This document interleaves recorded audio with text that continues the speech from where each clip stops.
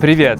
Это наш второй выпуск про путешествия по Сейшелам. И в этот раз мы хотим поговорить о том, что мы не успели сказать в первом выпуске или что хотели бы раскрыть поподробнее. И если вы еще не смотрели наш первый выпуск на канале, обязательно сделайте это, там очень много красивого.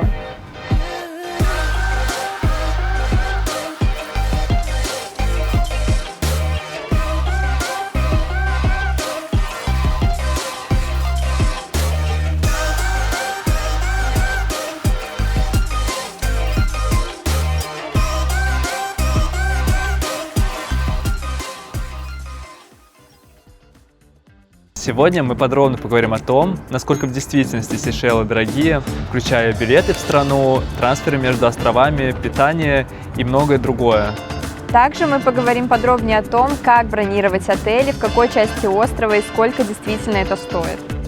Мы упомянем и скрытые траты, такие как стоимость продуктов на островах, стоимость связи, интернета, парковок и прочего в этом роде. Также мы обсудим, какой сезон наиболее популярный для посещения Сейшел и что брать с собой на острова, чтобы чувствовать себя здесь комфортно.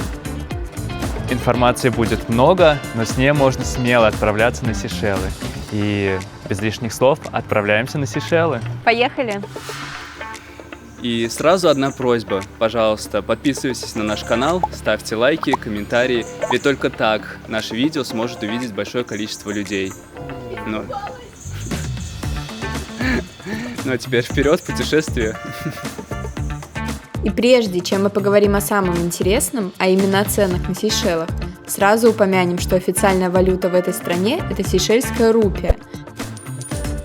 Выглядят банкноты очень пестро, и на каждой из них запечатлены уникальные сейшельские животные. Довольно часто на островах придется платить именно местной валютой. Какие-то большие траты, как, например, оплата отеля или автомобиля, можно производить и в евро. Но в целом лучше всегда иметь при себе определенную сумму именно в сейшельских рупиях, которые можно заполучить либо в пунктах обмена в аэропорту, либо в многочисленных банкоматах, расположенных на островах. Ну а теперь, обозначив, какими деньгами пользоваться на Сейшелах, поговорим о ценах.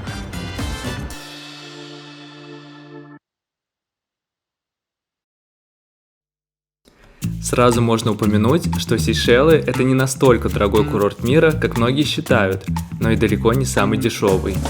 По нашему опыту, самая дорогая часть путешествий на Сейшелы – это именно билеты на перелеты.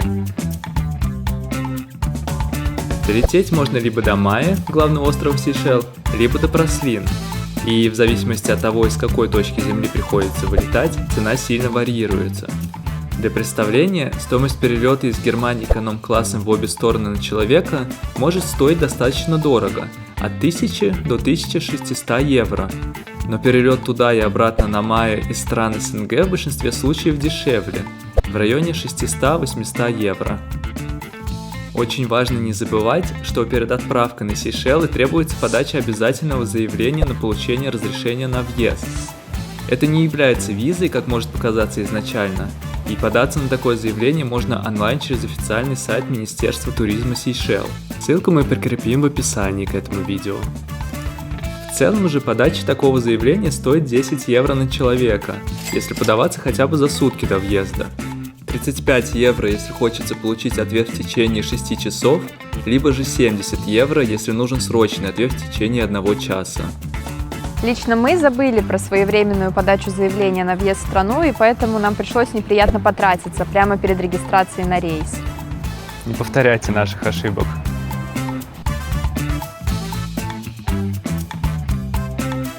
На островах можно передвигаться как на общественном транспорте, так и на арендованном автомобиле. Мотороллеры, мопеды и мотоциклы на Сейшелах не сдаются в аренду вовсе. Из плюсов общественного транспорта проезд на автобусах очень дешевый, и при этом автобусных остановок на острове предостаточно. Из минусов же автобусные маршруты сильно ограничены, а интервалы между автобусами часто довольно длинные. Хотя стоит признать, что на автобусах можно добраться до всех самых больших пляжей островов. Кстати, для прокладывания маршрутов на публичном транспорте можно воспользоваться приложением Сейшельской транспортной корпорации. Но лично по нашему опыту самым удобным способом, чтобы добраться куда угодно на островах, является все же автомобиль. Как тебе музыка? такая вот. Невозможно сидеть спокойно. Офигенно, скажи. Хочется впыляться. Она одновременно расслабляет и одновременно напрягает. дает заряд энергии. Хоть острова могут казаться обманчиво маленькими, это совсем не так. Интересных точек же на островах достаточно много, и если хочется посетить их все в ограниченное время, то нужно быть готовым к частым поездкам. Что же касается такси, стоимость поездки на островах довольно высокая. Если же вы выбрали исследовать острова с арендованным авто, то полезно знать, что на островах хватает точек, где стоимость аренды не слишком высокая. Делать это нужно заранее, желательно хотя бы за пару недель до начала аренды. В противном случае может оказаться так, что свободных машин просто-напросто не останется в наличии. Машины на островах стоят, как правило, в районе 50 евро в сутки. Лично мы на мае арендовали автомобиль у приветливого местного сейшельца Ника в Busy Bee Cars и получили не только новенький автомобиль, но и отличный сервис. На Прослин же мы нашли автомобиль у Adventure Car Hire и в целом тоже вполне остались довольны, хотя и получили автомобиль не самой первой свежести. В обоих случаях у нас не брали депозит за автомобили, но предупредили, что в случае повреждений машин с нас могут взыскать до 1200 евро. Поэтому мы все-таки рекомендуем не пренебрегать дополнительным страхованием и оформить его по возможности. И особенно приятной деталью при аренде автомобилей на Сейшелах было то, что автомобиль можно принять и сдать почти в любой точке острова. Это экономило просто огромное количество времени. В общей сложности мы проехали примерно 200 километров, охватив при этом огромное количество точек на Мае и Прослин. Бензин обошелся нам примерно в 1,5 евро за литр, и за 6 дней активных поездок мы потратили на заправках около 80 евро. Про дороги мы уже упоминали в предыдущем выпуске, но напомним, что очень часто на обочинах дорог встречаются глубокие канавы, поэтому ездить нужно осторожно. К счастью, ограничение скорости в 40 км в час способствует этому. И да, на Сейшельских островах левостороннее движение. Кстати, за все наше пребывание на Сейшелах мы платили за парковку всего лишь дважды. Первый раз в столице Виктории, 50 евроцентов в час, и на пляже Анслацо это стоило 7 евро за все пребывание. Подытоживая, хочется сказать, что путешествовать на Мае или Прослин можно как на автомобиле, так и на общественном транспорте. Но если же дорожные приключения не входят в ваши планы, то Ладик станет отличным решением. Там автомобиль в аренду не только не получится снять, но и не имеет смысла, так как практически все на острове передвигаются на велосипедах, стоимость аренды которых составляет примерно 10 евро в сутки.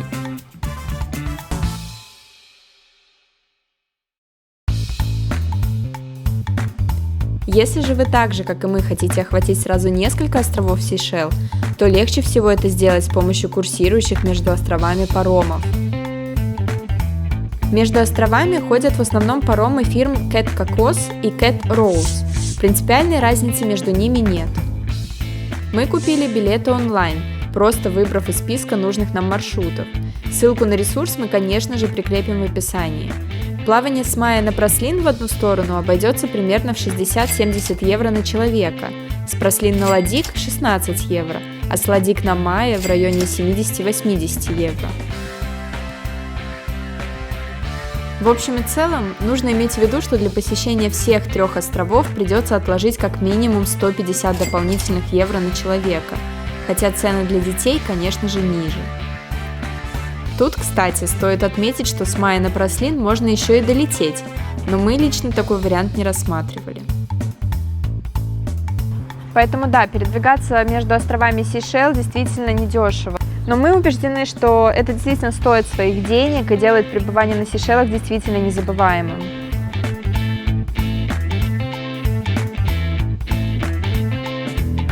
Найти очень бюджетное жилье на Сейшелах – это возможно, но не всегда просто. Мы останавливались в 4 разных местах на Сейшелах, и в целом каждый из этих отелей или апартаментов стоил нам от 85 евро за ночь. Если очень постараться, то можно найти себе ночлег и за 50 евро, но тогда ни на какие интересные виды из окна или сильный комфорт рассчитывать не придется. В особенности дорогим в плане жилья оказался, как мы и ожидали, Ладиг. На этом острове мы не только не смогли найти жилье, которое обошлось бы нам менее 100 евро за ночь, но и с трудом в принципе нашли себе место для ночлега, в котором хотелось бы остановиться. И все потому, что Ладиг – это на данный момент, наверное, самый разрекламированный остров Сейшел. Поэтому еще одна рекомендация. На Сейшелах отели лучше искать заранее, а именно за пару месяцев до приезда. Тогда есть возможность либо уцепить хорошие апартаменты со всем необходимым, либо хороший отель с завтраками и бассейном. Отдельно хочется отметить, что некоторые отели имеют собственные вольеры с гигантскими сейшельскими черепахами, которые как бы бонусом достаются вместе с жильем. На Праслине мы оказались именно в таком отеле. А в целом хочется дать совет, что если стоит цель именно исследовать острова, как это было у нас, то сильно тратиться на жилье не имеет смысла, так как большая часть времени все равно пройдет за пределами отеля.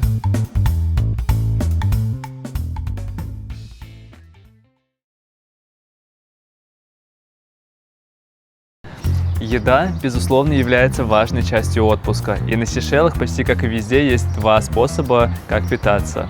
Первое – это в ресторанах, кафе и отелях, второе – подешевле в магазинах и на рынках. Закупаться продуктами в магазинах – это, безусловно, наиболее дешевый и доступный каждому вариант. Но тут есть свои нюансы. Здесь довольно дорого, то есть здесь дорого даже овощи, фрукты. Из дешевого мы смогли найти бомж-пакеты и вода. И то относительно. И то относительно. То есть, наверное, бомж-паки были. Бомж-пакеты, да, которые вот если в переводе в евро, то по 50 центов они. Все остальное очень дорого. Еще что примечательно, здесь нет больших магазинов, супермаркетов, то есть вот такие вот маленькие магазинчики, это все, на что ты можешь рассчитывать на Сейшелах, нет сетевых магазинов, и все продукты, конечно, нам не совсем понятны. А если вы хотите, например, питаться арбузами, дынями, виноградом, тоже, скорее всего, не получится, потому что, несмотря на то, что здесь очень жарко, тепло и солнечно, здесь не продают арбузы, здесь не продают дыни. Вот. Все, что мы смогли найти, это маленькие вот лаймики, авокадо недорого было, хлеб и какие-либо намазки, там, паштеты, но все это обойдется вам 3, 4, 5 евро. Это дорого. Единственное, что вышло относительно недорого, это креветки. Мы взяли пачку в 500 грамм за 7 евро. Но, например, какие-нибудь вот элементарно пачки молока, они стоят по 2 евро. То есть в 2 раза дороже, чем в Германии. Что же касается ресторанов, то сперва о самом главном. На Сейшелах в целом стоимость еды и напитков в ресторанах довольно высокая. Обед в ресторане на 2 человек без напитков может стоить от 40 евро. Но нужно знать, что бюджетный выбор кухни на Сейшелах довольно ограниченный и, как правило, состоит из жареных и жирных блюд. И только рестораны подороже могут побаловать морепродуктами и салатами из свежих овощей. Лично мы не нашли ничего экстраординарного из еды на Сейшелах, но с удовольствием пили кофе в прибрежных кафешках. И определенно можем рекомендовать делать такие остановки на протяжении всего путешествия по островам. Да и в целом, как нам кажется, главная фишка местных ресторанов и кафе заключается в их расположении и их атмосферности. Часто здесь можно найти ресторан, который расположен прямо на пляже с прекрасным видом на океан. Кроме того, местами нам попадались супер приятные маленькие кафешки, где можно было заказать что-то прохладительное и вкусное, как, например, фруктовые боулы или смузи. Цены, кстати, в таких кафешках вполне себе приемлемые. Суммарно на 2 мы потратили на еду за все наше 10-дневное пребывание в районе 260 евро, где почти 100 евро у нас ушло на продукты и уличную еду, а остальное на рестораны.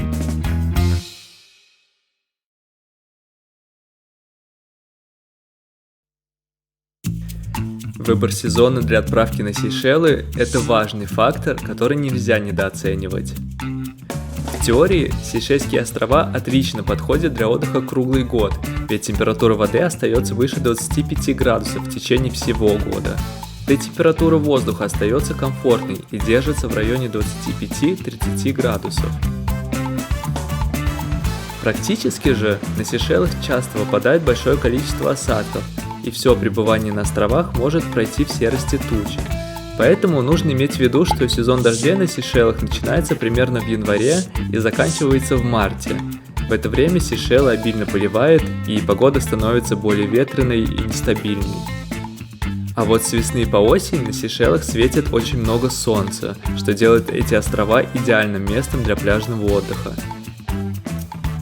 Это, конечно, не исключает того, что и в эти месяцы можно попасть в дожди, но, скорее всего, они будут куда короче, чем зимние месяцы.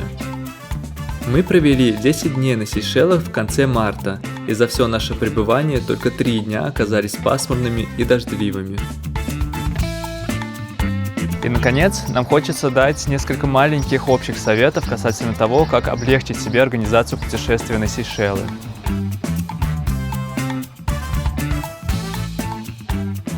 И самое первое, что мы здесь упомянем, это возьмите с собой адаптер для зарядок. Так как Сейшелы — это в прошлом часть Британской империи, зарядки здесь несколько отличаются от европейских.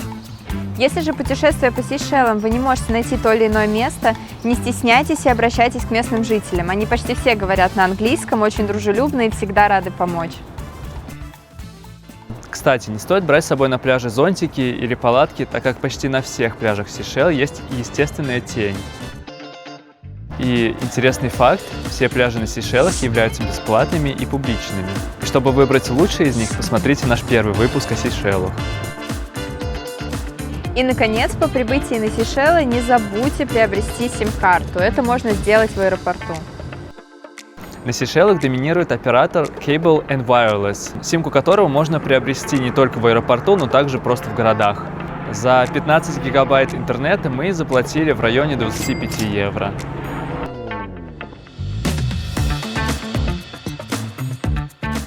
Так что же можно сказать о поездке на Сейшелы? Стоит ли оно того? Абсолютно. Мало того, что Сейшелы — это кладезь прекраснейших мест на Земле, так к тому же Сейшелы очень легко и удобно исследовать. В этом выпуске мы постарались ответить на большинство вопросов, которые возникают у путешественников перед поездкой на Сейшелы, и на вопросы, которые возникли у нас самих. И если мы о чем-то забыли рассказать, обязательно напишите об этом в комментариях. А чтобы найти самые красивые места Сейшельских островов, то обязательно посмотрите наш большой выпуск, где мы постарались упомянуть все самые лучшие точки Сейшельских островов, таких как Майя, Праслин, Ладиг или Курьез. Мы же надеемся, что выпуск получился полезным и информативным для каждого, кто планирует свое путешествие на Сейшелы. И мы же надеемся, что увидимся с вами в следующих выпусках. Пока! Нет, держи. Это мои. Это мои. Это мои цветы.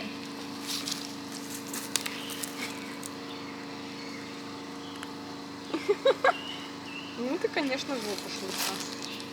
Ты наступила на мою сумку. Какая она тяжелая. Она растает мою сумку. Ну там только так ты в другую сторону отведи. Что ты делаешь? Не, ну не роняй очки. Ну отведи, возьми цветы. Все, она отошла уже.